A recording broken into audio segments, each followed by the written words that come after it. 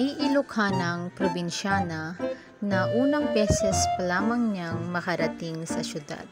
Ngunit hindi siya marunong magsalita ng Tagalog. Meron lamang siyang 3 pangungusap na alam sabihin. Una ay hindi ko alam. Pangalawa, ako lang mag-isa. At pangatlo, wala akong pera. Siya ay namamangha sa syudad. Ngunit hindi niya alam na maaari siyang mapahamak ng dahil lamang sa hindi siya marunong magtagalog. Dito ay may masasaksihan siyang hindi magandang pangyayari sa syudad.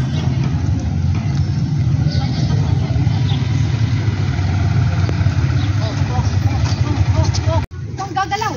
Itong gagalaw! Hold up to! Tulong! Tulong!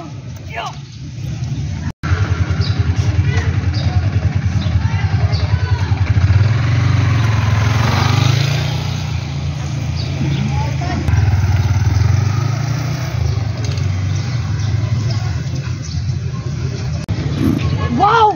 Ang daming pera!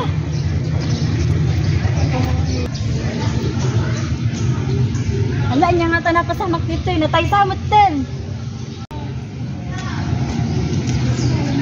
Anong nangyari dito? Hindi ko alam. Sinong pumatay? Ako lang mag-isa. Bakit mo pinatay? Wala akong pera. Sa pangyayaring ito ay maaari siyang mapahamak dahil hindi siya marunong magtagalog at nagkakaroon nito ng hindi pagkakaintindihan. Kaya dapat tayo magkaroon ng isang wika na ginagamit para magkaintindihan ang bawat mamamayan sa ating bansa. Ating pahalagahan ang wikang Filipino na siyang nag-uugnay sa bawat mamamayang Pilipino. Wikang Filipino, ating tangkilikin, ating payabungin. At dapat din nating itong mahalin at matutunan upang hindi tayo magaya sa isang senaryong ginawa namin kanina at upang maiwasan natin ang hindi pagkakaintindihan. Wikang Filipino, wikang mapagpalaya.